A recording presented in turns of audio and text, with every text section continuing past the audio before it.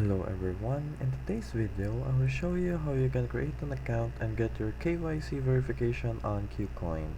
So first you want to open up a Kucoin and then click on the sign up button and she'll drag you here.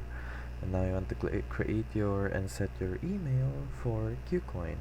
And here I'll choose mine and then make sure you proceed with the CAPTCHA, and then here we will get our OTP, a code for to proceed in our registration. And now there we go, I have received it, and then I'll just type it in. Okay, and then there we go, we have now officially created our account, and now we want to verify, and here you want to click on get verified. After clicking on get verified, you will see this. Make sure you confirm your country or your region where you live in, and then you want to select an ID type you want to use for your verification. And here there are various options, so yeah, make sure you do the confirmation, fill in the additional details, and then proceed.